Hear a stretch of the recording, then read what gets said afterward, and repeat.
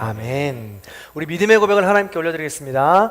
하나님 좋습니다. 감사합니다. 사랑합니다. 하나님이 하시면 무엇인지 다 이루어집니다. 하나님 좋습니다. 감사합니다. 사랑합니다. 하나님이 하시면 무엇인지 다 이루어집니다. 하나님 좋습니다. 감사합니다. 사랑합니다. 하나님이 하시면 무엇인지 다 이루어집니다. 아멘. 하나님께 영광의 박수 올려드리겠습니다. 우리는 오늘부터 창세기를 나눕니다. 작년부터 올 초까지 55주 동안 요한복음을 나누었습니다. 중간에 중요 절기에 맞춰서 주제 설교를 선포하기도 했습니다. 지난주에 성령이 바로 그런 주제였죠. 요한복음은 21장까지 되어 있는데 55주를 했습니다. 창세기는 50장이니까 한 100주를 해야 될까 싶습니다. 그래서 좀 긴 시간 계속 될 텐데 긴 시간 이제 시작하는 시간이 있습니다. 그렇지만 창세기는 어쨌든 이 단락별로 끊어서 접근해 보려고 합니다. 그래서 긴 시간 첫 출발을 사모하는 마음으로 출발해 주시고 또 준비하는 저를 위해서도 틈틈이 기도해 주시길 부탁드리겠습니다. 먼저 창세기를 시작하면서 몇 가지 이해하고 시작하려고 합니다. 첫 번째로는 창세기의 구조입니다. 창세기는 시작의 책입니다. 창세기는 성경 66권의 첫 번째 책으로서 성경의 첫 번째 책 서론 시작 주제이기도 합니다. 요한복음이 신약에서 예수님의 이야기로 구원자이신 하나님을 드러냈다면 창세기는 구약의 시작으로서 하나님의 이야기로 창조자이신 하나님을 드러냅니다. 창세기는 그리고 모세오경의 첫 번째 책이기도 합니다. 그리고 서론인 것이죠. 모세오경은 우리가 다 알겠지만 창세기, 출애굽기, 레위기, 민수기, 신명기를 이 5권을 모세오경이라고 합니다. 근데 5권으로 되어 있지만 보통 성경학자들이나 주석학자들은 이 5권을 한 권이라고 표현합니다. 같은 주제로 모세가 썼다라는 것이죠. 더불어 문법적 구조로는요, 창세기는 1장부터 50장까지 되어 있는데 두 단락으로 구분할 수가 있습니다. 1장부터 11장까지는 원역사, 창조 역사라고 이야기하고요. 12장부터 50장까지는 12장부터 아브라함의 이야기가 시작되거든요. 그래서 아브라함, 이삭, 야곱, 요셉의 이야기, 그러니까 그들의 가정, 그들의 족장들의 이야기라고 해서 족장사, 또 가족사, 또 조상사의 이야기라고 이렇게 표현되기도 합니다. 이 이야기를 들으면서 이스라엘 사람들의 이야기가 우리가 무슨 상관이 있습니까? 라고 물어보실 수 있습니다. 질문을 가지실 수 있어요. 그런데요, 인류 창조와 이스라엘 조상들의 이야기는 인간을 대표하는 상징이기에 또 거기서 시작이라고 하기에 우리 민족을 포함하고 있는 지금 우리 모두에게도 시공 초월의 이야기로 우리에게 주는 메시지가 같다라는 것입니다. 그리고 이게 우리랑 어떻게 무슨 상관이 있는지를 오늘 말씀과 앞으로 진행되는 창세기를 계속해서 되씹으면 이게 우리를 위한 말씀이구나 라는 것을 깨달을 수 있다는 것이죠. 자, 긴 창세기 가운데 올해는요, 이 하반기를 시작하면서 원역사인 창조 역사인 1장부터 11장까지의 이 내용을 가지고 우리 함께 부지런히 달려가 보도록 하겠습니다. 자, 두 번째입니다. 두 번째 창세기의 저자는 누구인가입니다. 당연히 하나님이시죠.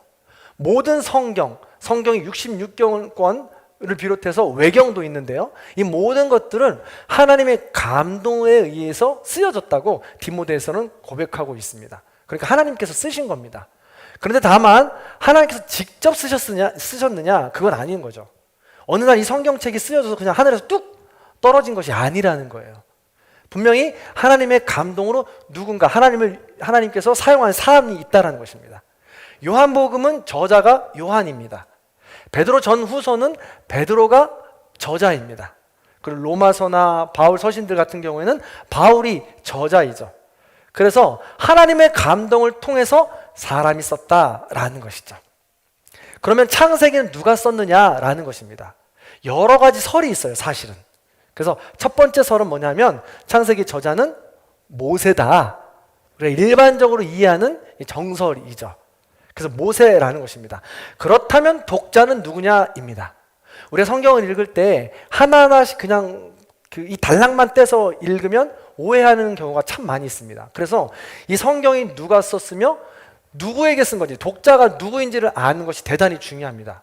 그래야 어느 시대에 누가 왜 그 사람에게 썼는지를 이해할 때 그 성경의 본문과 배경이 우리에게 충분하게 이해가 되고, 거기서 이야기하는 것들이 지금 이 시대에, 우리에게 살아가는 이 시대에 더 크게 이해하는, 시공을 초월하는 이야기로 우리에게 다가오는 거니까요. 더 큰 감동이 있다라는 것이죠. 그래서 원독자라고 표현하거든요, 이거를. 그래서 그 원독자가 누구냐를 아는 것도 대단히 중요하다는 것이죠.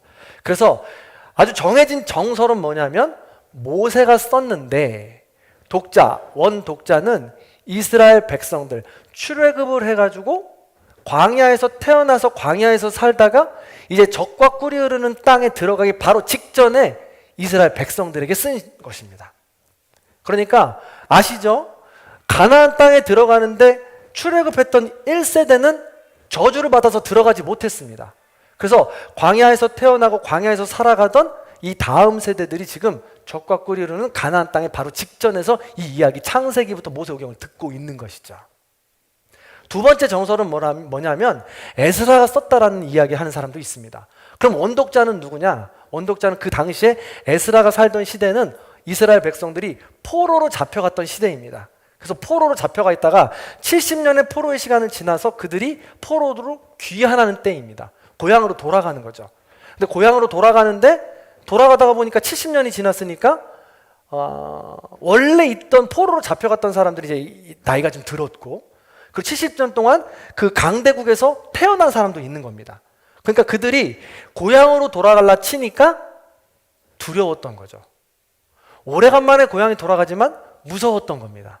얼마나 어떻게 바뀌어 있을지 모르는 것이니까요. 그리고 당시에 이스라엘 원 고향은 모두가 황폐화되어 있었습니다. 그러다 보니까 강대국에 편하게 살면 되는데 돌아가기 싫었던 마음도 있었던 것이죠. 그렇게 포로기에 포로 귀환하는 백성들을 위해서 써졌다라는 설도 있습니다. 그래서 이 두 가지 설이 다를 수도 있겠지만 처해진 입장은 똑같아서 성경학자들은 많이들 이 두 입장들을 이해하고 있는 편입니다. 그래서 그렇다면 그 원독자들이 들었을 때의 창세기의 목적이 무엇인지 바로 여기서 나옵니다. 누가 썼고 누가 이 성경책을 듣는가를 우리가 해석하다 보면 이 창세기를 왜 썼는지의 목적도 우리가 알 수 있게 된다는 것이죠. 창세기의 목적은 바로 정체성입니다. 이스라엘 백성들이 광야에 살다가 적과 꿀이 흐르는 땅 가나안 땅에 들어가야 되는데 거기서 하나님의 아들이라는, 하나님 나라 백성이라는 정체성을 잃어버릴까 봐 하나님께서 모세를 통해서, 에스라를 통해서 내려주신 것이 바로 이 창세기다라는 것이죠. 자, 이해하시는 거죠? 네. 그래서 이 새로운 세계라는 두려움으로 힘들고 어려워하는 상황에 들어가는 그들을 위해서 썼다라는 것입니다. 자, 잘 생각해 보시면요. 이 지금 원독자 듣는 사람들의 상황이 어떤 상황이었냐면 그들의 세상 논리는 약육강식의 논리였습니다. 탐욕, 탐심, 폭력, 전쟁의 세상이었습니다. 그래서 이 원리는 세상은 강한 자의 폭력과 힘으로 이루어지고 심지어 진보한다라는 원리입니다. 근데 이스라엘 백성들은 지금 모세 때나 에스라 때나 모두가 강대국에 의해서 쫓겨날 때입니다. 포로로 살다가 광야에 갔다가 가나안에 들어가는 거고, 또 에스라 때도 포로로 살다가 고향으로 돌아갈 때입니다. 그러니까 가진 자가 승리하는 것이고 힘 있는 자가 승리한다라는 이 논리가 아주 지배적으로 깔려 있었다는 것이죠. 그래서 이스라엘 백성들은 적과 꿀이 흐르는 땅을 하나님께서 약속하신 땅이었음에도 불구하고 무서워서 못 갔어요. 내가 힘이 없으니까, 전쟁하지 못하는 사람이니까, 나는 실패자이니까 그냥 이 광야에서 살아도 된다고 생각했던 거죠. 근데 그들은 하나님의 자녀라는 거예요. 그 정체성을 회복해서 들어가야 된다는 것입니다. 그래서 하나님께서 모세오경을 줬다라는 것입니다. 자, 세상의 원리를 다시 한번 살펴보면요, 폭력에서 지는 자는 죽거나 노예가 되고 실패자로 낙인이 찍히는 것입니다. 이것이 세상 살아가는 사람들의 당연한 논리가 되어서 많은 사람들이 힘이 있으면, 돈이 있으면, 능력이 있으면 뺏어도, 눌러도, 죽여도 전혀 상관이 없다는 논리가 팽배해진 것입니다. 양심의 가책을 전혀 느끼지 않는다라는 것이죠. 자, 이 세상의 원리, 논리는 누구의 생각일까요? 하나님의 생각일까요? 누구의 생각일까요? 바로 악한 사단 마귀의 생각입니다. 뱀으로부터 시작되는 악한 사단 마귀의 논리요 생각이라는 것이죠. 그러니 이런 세상 논리를 살아가고 있는, 찌들어 있는 이스라엘 백성들에게 하나님은 창조 신앙을 선포하고 있는 것입니다. 이런 세상에서 창조주이신 하나님 나라 백성으로 정체성을 가져야 한다고 지금 선포하고 있는 것이죠. 자, 이런 점에서 창세기는 현재를 살아가고 있는 우리에게도 동일한 이 메시지를 주십니다. 변방의 작고 약한 나라였던 이스라엘이 우리 대한민국과도 같습니다.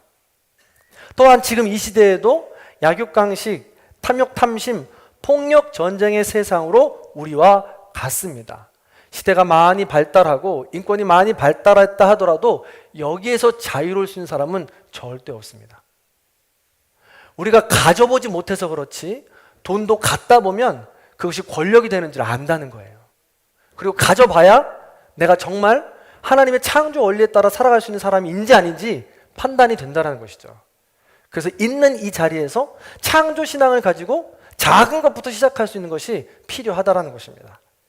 그렇기 때문에 이 땅에서 수단과 방법을 가리지 않는 거짓과 속임수로 우리의 영혼을 위축시키는 이 시대에 창조 신앙으로 회복되어야 한다. 너는 그 세상 원리에 따라가지 않는 창조 신앙을 따라가는 하나님의 자녀여야 한다. 라는 목적으로 이 창세기가 쓰였다라는 것입니다. 자, 이 목적을 잘 기억해 두시고 모든 창세기부터 요한계시록까지 다 읽어도 모든 것이 다 적용이 됩니다. 그리고 이 원리를, 이 논리를 잘 기억해 주신 다음에 오늘 창세기를 시작해 보도록 하겠습니다. 자, 그렇다면 창세기가 하나님을 알아가는 책이라면 하나님은 어떤 분이실까요? 하나님이 어떤 분이신지 알아야 이 창조신앙을 내 것으로 받아들일 수 있고 이 약한 세상의 논리 속에서 내가 믿고 따라갈 수 있지 않겠습니까? 하나님이 어떤 분이시냐라는 거죠. 자, 첫 번째입니다. 창세기의 대단원, 모든 성경의 대단원을 1장 1절에 이렇게 시작합니다. 같이 한번 읽어볼게요. 시작. 태초에 하나님이 천지를 창조하시니라. 한 번 더 시작. 태초에 하나님이 천지를 창조하시니라. 눈 감고 시작. 태초에 하나님이 천지를 창조하시니라. 아멘. 하나님이 창조하시니라, 이 말씀이 사실은 골격이에요. 하나님이 창조하셨다, 창조주시다 라는 것을 기억해야 합니다. 여기에서 사용된 창조하다라는 단어는 히브리어로 바라라는 단어인데요, 이 바라라는 단어는 성경에서 여기에서만 쓰였습니다. 창조라는 단어는 오직 하나님 한 분만이 쓰실 수 있는 단어라는 것이죠. 우리가 읽을 때는 창조하다라는 단어를 여기저기서 쓸 수 있지만 바라라는 히브리어 창조하다라는 단어는 오직 하나님께서만 쓰실 수 있는 단어이므로 여기에서만 쓰였다라는 것입니다. 66권을 통틀어서 말이죠. 그러므로 다른 어떤 존재도 창조의 능력은 가질 수 없습니다. 저희 사택 앞에 지금 오이가 자라고 있습니다.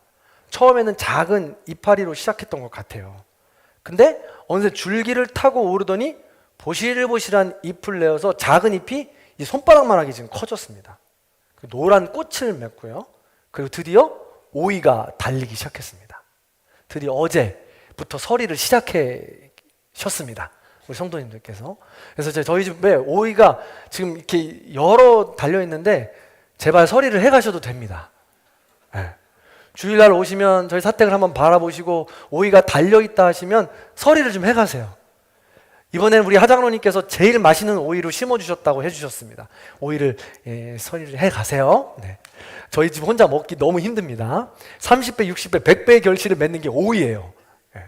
그래서 여담이고요. 그래서 해 가시면 좋겠고, 자, 이 오이를 바라보면서 창조의 섭리를 깨닫는 거예요. 분명 제가 아침에 새벽마다 나오지 않습니까? 새벽마다 집에 들어갈 때도 보지 않아요?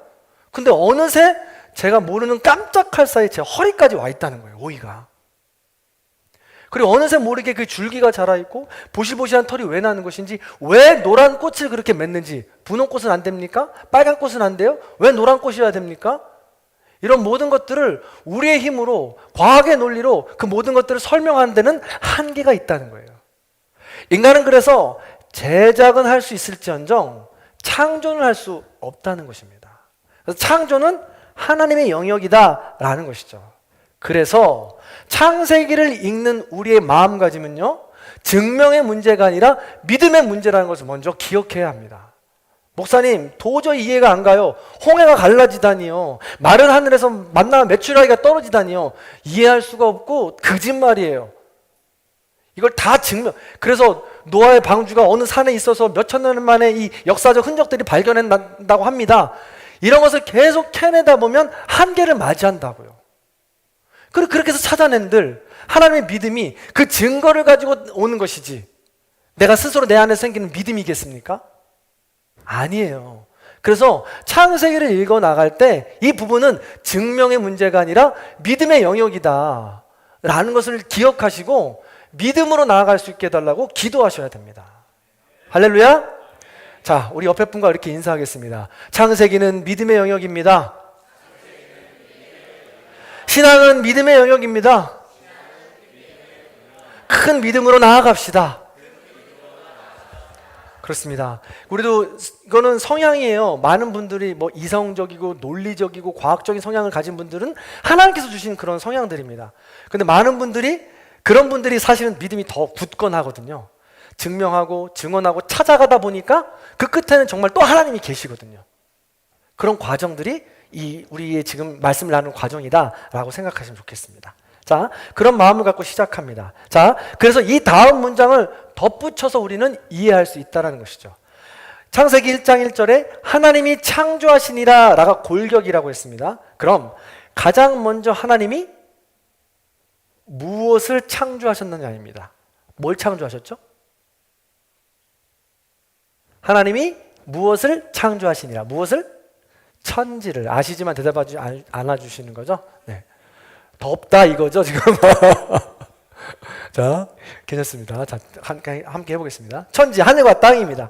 그런데 여기서 하늘과 땅은 우리가 보는 하늘과 땅만을 이야기하지 않습니다.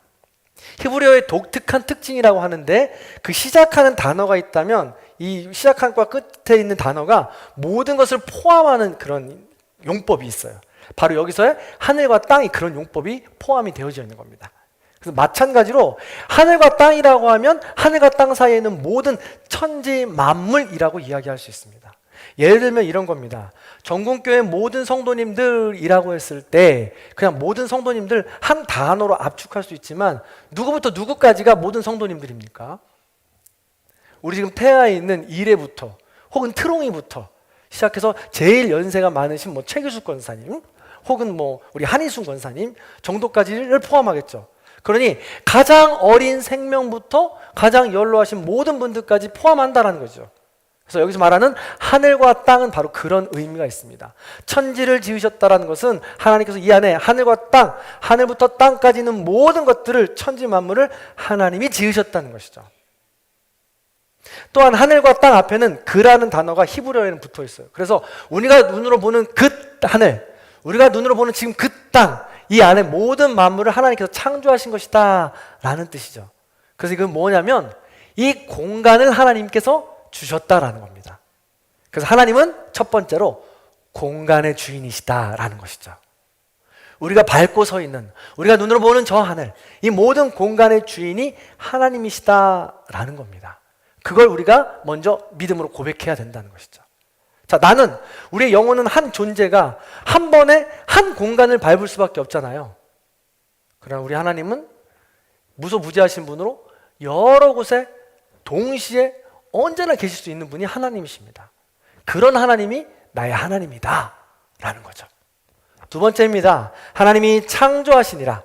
두 번째 살펴볼 것은 하나님은 언제 창조하셨습니까? 언제 창조하셨죠? 네, 우리 저와 함께 하실수록 더위를 물리칠 수 있습니다. 자, 태초에 창조하신 것입니다. 그런데 여기서 태초라고 하는 것은요, 시작이죠. 그런데 이 시작은 인간이 알 수 없는 시작을 의미합니다. 그래서 여기에 태초에는 히브리어에 그라는 단어가 안 붙었어요. 진짜 신기하죠. 그래서 태초에 시작에 하나님이 그 하늘과 그 땅을 창조하셨느니라 라고 해석하되 그때에 그 시작에 라고 시작하지 않는다는 거예요. 그래서 이 시작은 그 누가 어떠한 사람도 그 의미를 깨달을 수 없다는 거죠. 가늠할 수 없는 시간이라는 것입니다. 예를 들면 또 이런 거예요. 제 딸이 2009년 3월 28일에 태어났습니다. 그걸 어떻게 알아요? 제가 봤으니까 알아요. 우리 모든 식구들이 봤으니까 알죠.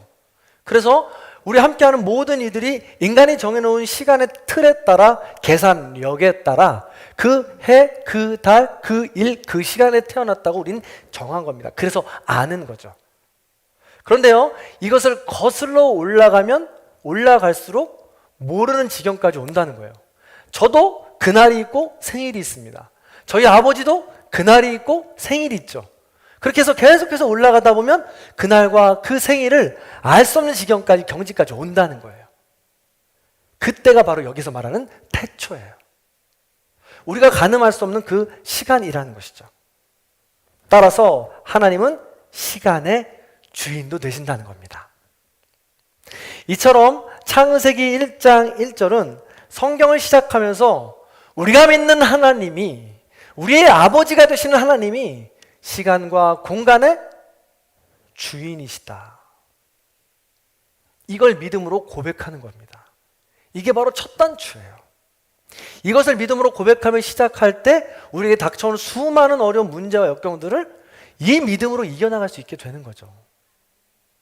자, 그러면서 조금 더 구체적으로 설명하고 있어요. 좀 더 구체적으로 시공에 대해서 나눠볼게요. 2절 상반절입니다. 2절 상반절을 같이 읽어보겠습니다. 시작. 땅이 혼돈하고 공허하며 흑암이 깊음 위에 있고. 아멘. 땅이 혼돈하고 공허하다고 했습니다. 혼돈, 공허, 깊음 위에 있는 흑암, 이것이 이 창조되기 전에 이 상태를 의미하는데요. 우리가 그냥 얼핏 생각할 때 당연히 이 혼돈하고 공허하고 흑암이 깊음 위에 있으면 무질서하고 황폐한 것들을 우리가 흔히 생각하잖아요. 당연하죠. 우리 인간은 이 경계와 질서 속에서 안정감을 느끼고 살아갈 수 있으니까요. 우리가 지금 지구의 온도가 1도가 올라가서도 지금 질서가 무너지고 있어서 이렇게 힘들어하지 않습니까? 그리고 뭐 물과 땅과의 경계가 무너져서 지금 계속해서 땅을 침범하고 있는 거 아니겠습니까? 이런 경계가 무너지고 질서가 무너지니까 우린 두렵고 무서운 거죠. 그러니까 우리가 창조 이전의 세대가 그렇게 무법하고 무질서하고 혼란하고 황폐할 거라고 생각합니다. 그런데 하나님은 하나님의 입장에서는 그게 의미가 없다는 거예요. 하나님의 입장에서는 무질서하고 혼돈하고 흑암의 개념이 극히 상관이 없을 수 있다는 것입니다. 여기서 혼돈은요 뭐냐면 폼리스라고 하는데 폼이 없다는 거예요. 틀이 없다는 것입니다. 틀이 없다라는 것은 점선면이 없어서 경계가 없다는 것이에요. 점선면이 왜 생깁니까? 점선면은 우리의 공간을 알 수 있는 창추라는 거예요. 점선면이 있으니까 우리는 공간을 알 수 있는 거거든요. 근데 폼 자체, 틀 자체가 없었다는 것입니다. 공간이 없었다는 것이죠. 또 공허하다는 것은 무엇입니까? 텅 비었다는 것입니다. 없다라는 뜻이에요. 우리는 공간 안에 이 사물을 통해서 공간을 더 확실하게 알 수가 있습니다. 여러분 보시면 제 앞에 강대상이 있죠? 강대상을 보시면서 이 사물, 이 공간 안에 채워져 있는 이 강대상을 보시고 여러분들은 공간을 측정할 수 있습니다. 3, 4분단에 계신 분들은 이 강대상이 보실 때 왼쪽에 있는 거고요. 1, 2분단에 계신 분들은 보실 때 강단이 오른쪽에 있는 거잖아요. 그래서 이 공간에 채워진 것을 보고 이 공간을 파악할 수 있다는 것이죠.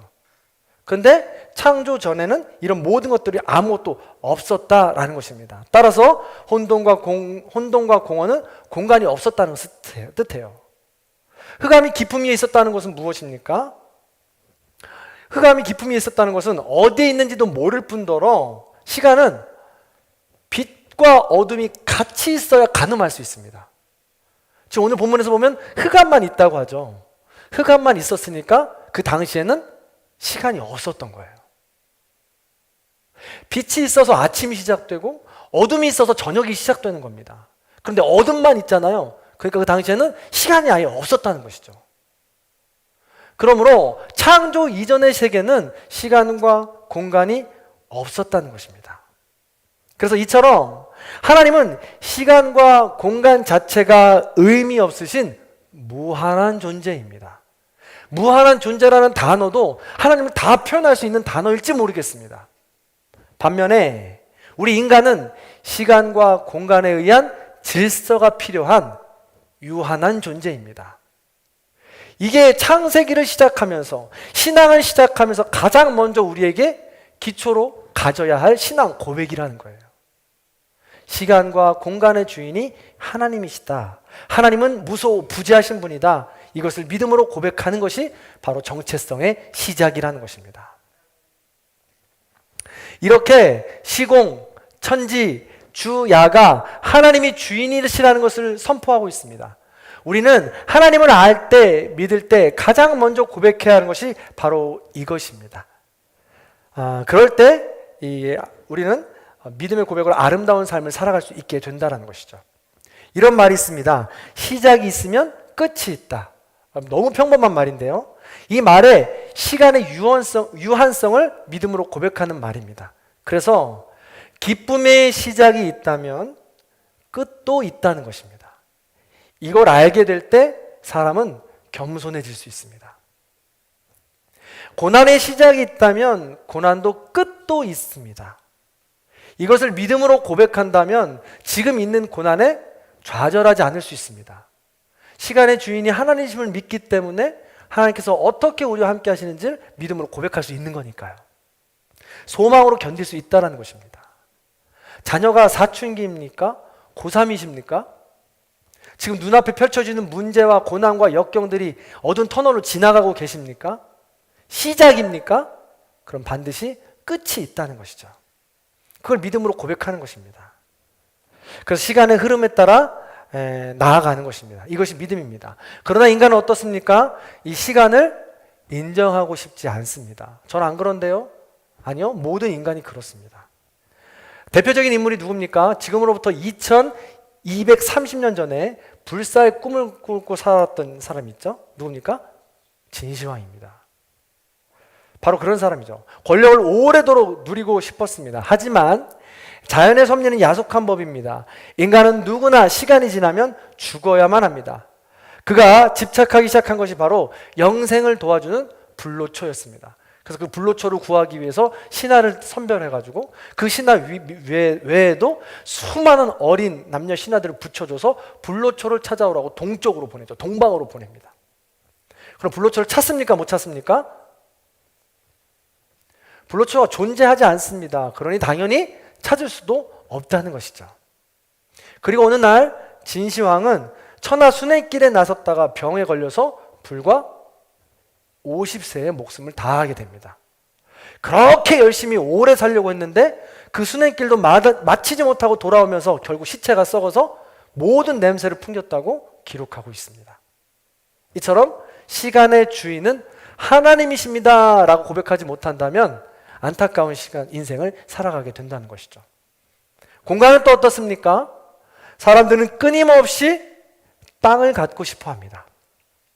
알렉산더 대왕을 아십니까? 20살 나이에 왕이 되어서 세계를 정복했습니다. 페르시아 제국과 이집트, 유럽, 아시아, 아프리카에 걸쳐 많은 땅을 정복한 알렉산더는 세계를 정복한 후에 이렇게 말했습니다. 더 이상 정복할 땅이 없으니 심심해 죽겠구나 라고 고백했습니다. 그래서 세상 끝날까지 자기가 더 땅을 정복해 보고자 나갔는데요. 그때가 인도 땅이었습니다. 그렇게 인도 땅을 또 점령하면서 그는 병에 걸려서 죽고 맙니다. 그 나이가 33살이에요. 이렇게 이 극심한 스트레스 시달려 죽었는데 그 나이가 33세였죠. 한 철학자가 그의 죽음에 대해서 이렇게 말했습니다. 어제는 온 세상도 그에게 부족했으나 오늘은 2평의 땅으로 충분하네. 어제까지는 그가 흙을 밟고 다녔으나 오늘부터는 흙이 그를 덮고 있다네. 굉장히 의미하는 바가 크지 않습니까? 시공의 주인은 그래서 바로 우리 하나님이십니다. 지금 우리가 살고 있는 이 시대도 마찬가지입니다. 한 평 때문에 또 조금이라도 더 오래 살아보고자 이 마음이 우리에게 넘치지 않습니까? 그래서 좀 과하게 살아가고 있는 거 아니겠습니까? 자, 그렇다면 한번 생각해 보시기 바랍니다. 우리가 살고 있는 이 공간, 우리가 지금 살고 있는 이 시간, 모든 것이 하나님이 주인이신 줄로 믿습니다. 안 믿는 분도 계신 것 같아서 제가 한 번 더 다시 선포하겠습니다. 이 모든 것이 시공의 주인이 하나님이십니다. 아멘. 그래, 믿음으로 고백했으면 좋겠습니다. 아닌 것 같아도 믿음으로 계속 입술로 고백하다 보면 내가 아멘이라고 고백하잖아요. 이 아멘이라고 고백하는 이 아멘이 내 귀에 다시 들려요. 그리고 그것은 계속 내 뇌도 이렇게 믿음의 고백으로 나아갈 수 있게 도와주게 된다는 겁니다. 네, 아멘. 그렇습니다. 그런데 우리는 어떻게 살아갑니까? 알렉산더나 진시황만큼은 아니지만 우리 또한 시공의 주인이 난 것처럼 살아갑니다. 시간이 공간이 날 거인 것처럼 살아간다는 것이죠. 그렇다면 우리는 이 시공 안에서 어떤 마음을 가지고 살아야 할까요? 어떤 삶의 자세를 가지고 살아야 할까요? 2절 하반절 말씀에 그 힌트가 있습니다. 자, 2절 하반절의 말씀을 같이 읽어보겠습니다. 읽습니다. 시작. 하나님의 영은 수면 위에 운행하시니라. 한 번 더요. 시작. 하나님의 영은 수면 위에 운행하시니라. 아멘. 하나님의 영은 수면 위에 운행하신다고 했습니다. 시공이 없던 그때부터 유일하게 있었던 것이 바로 물입니다. 수면입니다. 그리고 하나님의 영은 계셨습니다. 그리고 하나님의 영은 그 물을 운행하시면서 계셨습니다. 하나님의 영은 성령이죠. 근데 하나님의 영이 운행하셨다고 했습니다. 물은요, 성경에서 굉장히 많이 나옵니다. 잘 생각해 보세요. 노아의 홍수 심판도 물 심판입니다. 이스라엘 백성들이 마른 땅을 건넌 것도 홍해 물입니다. 언약궤를 든 사람들이 발을 내밀자 요단강이 갈라졌습니다. 그리고 엘리야와 엘리사도 겉옷 가지고 내려치면서 물을 가른 적이 있습니다. 성경이 아주 귀한 역사죠. 그리고 가나안의 혼인잔치에서도 물로 포도주로 바꿨습니다. 그리고 세례 요한도 요단강에서 물로 세례를 주었다는 것이죠. 이처럼 성경에서는요, 물에 관련된 수많은 역사들이 있습니다. 물이 그만큼 중요하다는 것이죠. 그런데요, 나중에 살펴보겠지만 하나님은 우리를 지으실 때도 그렇습니다. 자, 하나님께서 우리를 지으실 때 무엇으로 지으셨나요? 좀 더 크게 대답해 주세요. 그렇습니다. 흙으로 지으셨습니다. 흙으로 지으시고 그 코에 생기를 불어넣으셨죠. 그런데 히브리어에 잘 살펴보면 이 흙이요, 먼지라는 뜻도 있고 더 나아가서 젖은 흙이라는 뜻도 있습니다. 그래서 젖은 진흙 갖고 지었다라는 뜻도 있어요. 그러므로 하나님께서 우리를 지으실 때 물로도 지었다라는 것입니다. 그래서 잘 살펴보면 사람의 몸은 70%가 물이라고 하고 사람의 세포는 93%가 물로 되어 있다고 합니다. 즉 인간은 대부분 지금 물로 채워져 있는 것입니다. 그래서 물이 없으면 죽는다는 것이죠. 자, 그렇다면 하나님께서는 왜 우리를 물로 채우셨을까요?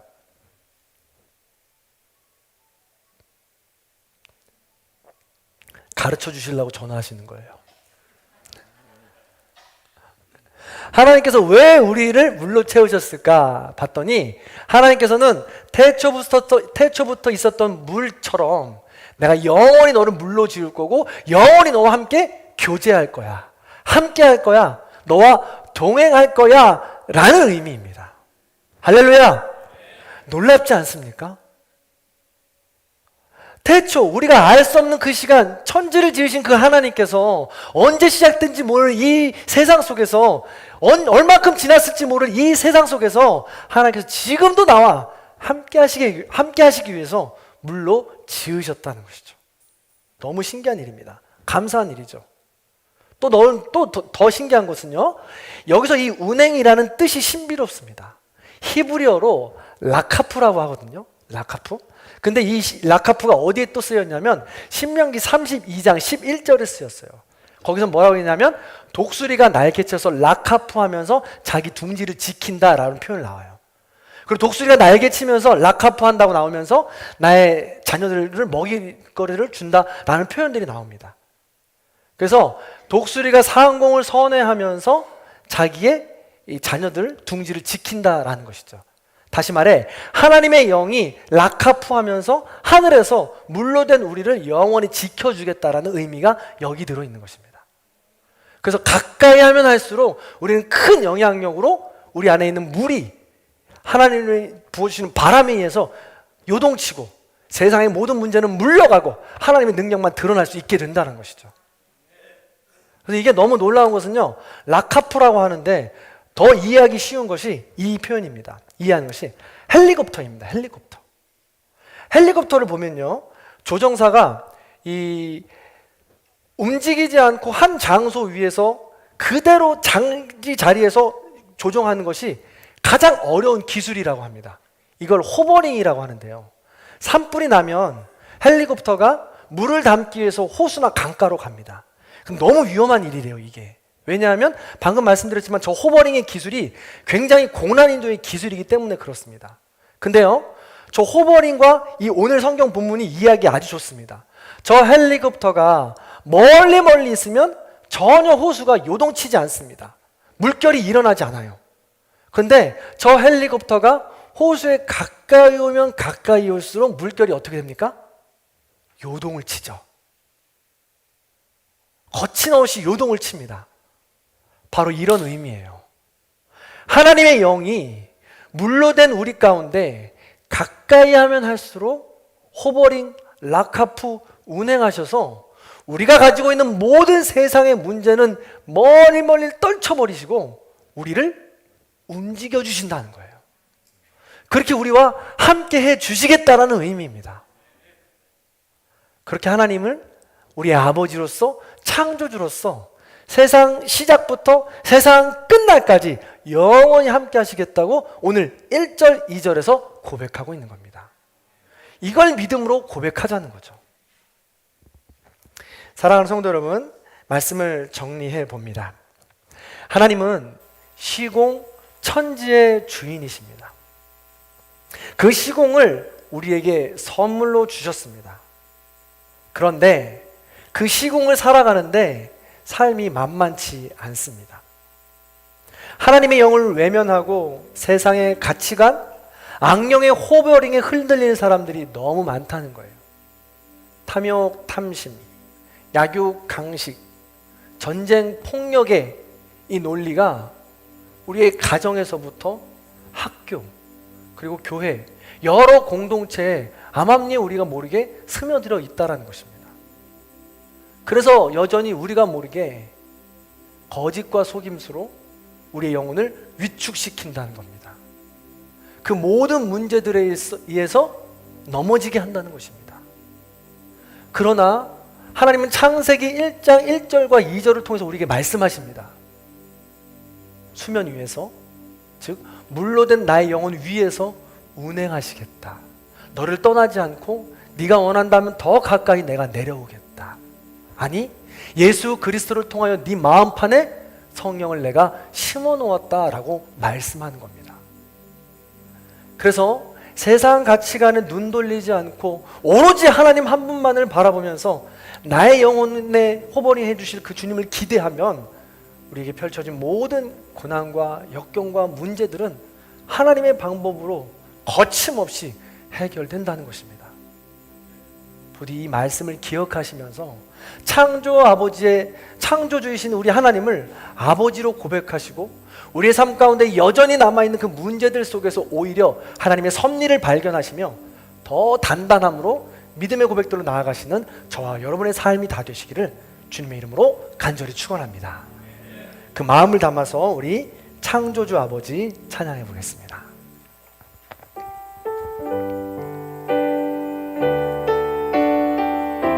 가사를 잘 기억하시면서 우리 찬양합니다.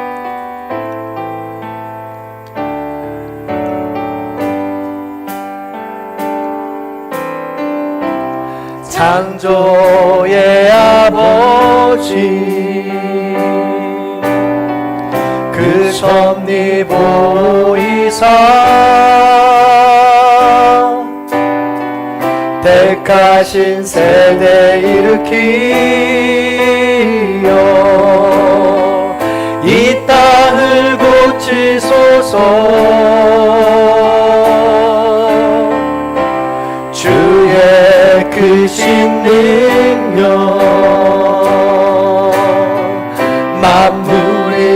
사모하니 성령의 기름 부어주사 이 시간 임하소서 주 영광 여기 임하사 열방 향해 그 빛 비추소서 주의 얼굴 구할 때 주의 향기 머무소서 열방의 통치자 열방의 통치자 세상이 보리라 신실한 주의 약속으로 교회는 승리하리 우릴 돌아보사 우릴 돌아보사 강건케 하소서 연약함 모두 벗어지고 승리케 하옵소서 주 영광 여기 임하사 열방 향해 그 빛 비추소서 주의 얼굴 구할 때 주의 향기 머무소서 아멘. 우리 처음부터 다시 한번 찬양할 텐데요. 이 찬양이 굉장히 오래된 찬양입니다. 우리 예수전도단 전화세수 찬양인데요. 이 찬양의 가사를 잘 생각해 보면 이 창세기의 창조 원리와 우리의 앞으로 살아갈 이 방법들 또 이 믿음의 고백들이 담겨 있습니다. 다시 한번 지금 문제와 고난과 역경 가운데 계십니까? 창조의 섭리가 일하고 있는 시간일지도 모릅니다. 그리고 창조의 섭리가 필요한 시간일지도 모릅니다. 그래서 우리가 주의 영광을 구합니다. 주의 얼굴을 구합니다. 주의 향기여 이 시간 이 자리에 임재하여 주옵소서. 주의 얼굴만 바라보겠습니다. 이 시간 이 가운데 임재하여 주옵소서. 우리 그런 마음을 가지고 사모하는 마음으로 찬양했으면 좋겠습니다. 그리고 오늘 하루가 끝이 아닙니다. 계속해서 이 찬양을 배울 겁니다. 그러니까 배우시는 마음으로 더욱더 적극적으로 함께 찬양하면서 은혜를 나누겠습니다. 한번 처음부터 다시 한번 찬양합니다. 창조의 아버지 그 섭리 보이사 택하신 세대 일으키어 이 땅을 고치소서 주의 크신 능력 남들이 사모하리 성령의 길 부어주사 이 시간 임하소서 주 영광 여기 임하사 열방 향해 그 빛 비추소서 주의 얼굴 구할 때 주의 향기 머무소서 열방의 통치자 열방의 통치자 세상이 보리라 신실한 주의 약속으로 교회는 승리하리 우릴 돌아보사 강건케 하소서 연약한 모두 벗어지고 승리케 하옵소서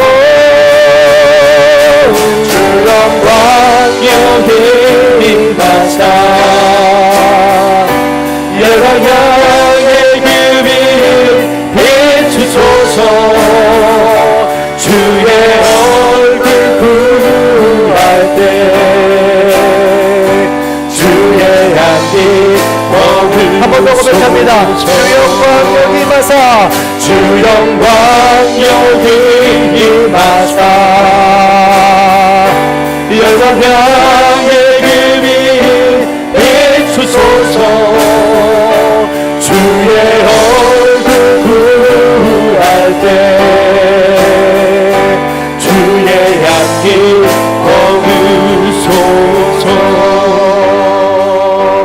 주 영광 여기 임하사 우리 향해 빛 비추소서. 주의 얼굴 구할 때 주의 향기 머무소서. 기도합니다. 사랑과 은혜가 풍성하신 하나님, 주님께서는 우리를 사랑하셔서 태초부터 계획이 있으셔서 지으시고 지금까지 함께 하시는 줄로 믿습니다. 하나님께서 천지를 지으시고 하나님께서 시간과 공간의 주인이 되심을 믿습니다. 그 창조주 하나님이 우리의 아버지가 되심을 믿습니다. 그 창조의 주인이 아버지가 되심을 믿을 때 우린 두려울 것이 없습니다. 악한 세상의 모든 가치관과 원리가 우리를 흔들려 한다 할지라도 흔들리지 않고 오직 하나님만을 바라봅니다. 거짓과 속임수에 넘어가지 않도록 인도해 주시고 폭력과 아버지 그 악한 전쟁 속에서 오직 하나님만을 바라보며 평화로 승리해 나갈 수 있는 우리 모두가 될 수 있도록 도와주시옵소서. 우리 모든 성도님들 각가지 개인적인 문제부터 시작해서 전쟁 속에 살아갑니다. 고난 속에 살아갑니다. 오직 그럴 때마다 눈을 들어서 라카프, 우리 가운데 호버링, 우리 가운데 운행하시는 하나님만을 사모하게 하시고 주의 향기가 우리 가운데 머무는 귀한 삶을 살아갈 수 있도록 인도하여 주시옵소서. 지금은 우리 주 예수 그리스도의 은혜와 하나님 아버지의 극진하신 사랑과 성령님의 감화감동 교통하심의 역사가 창조주 되신 우리 하나님을 아버지로 고백하며 우리의 모든 세상의 귀에 소리 닫고 우리 위에 운행하시는 하나님만을 바라보기로 소망하고 결단하는 우리 모든 성도님들 머리 위에, 원근 각체 터져 있는 자녀들과 부모님들 위에 캠프로 인해 애쓰고 수고한 우리 모든 선생님들과 우리 학생들, 그리고 기도 파트너, 또한 집중호우와 기근과 전쟁으로 인해 신음하고 있는 우리 모든 주님의 백성들 머리 위에 이제로부터 영원토록 함께 하시기를 간절히 축원하옵나이다. 아멘.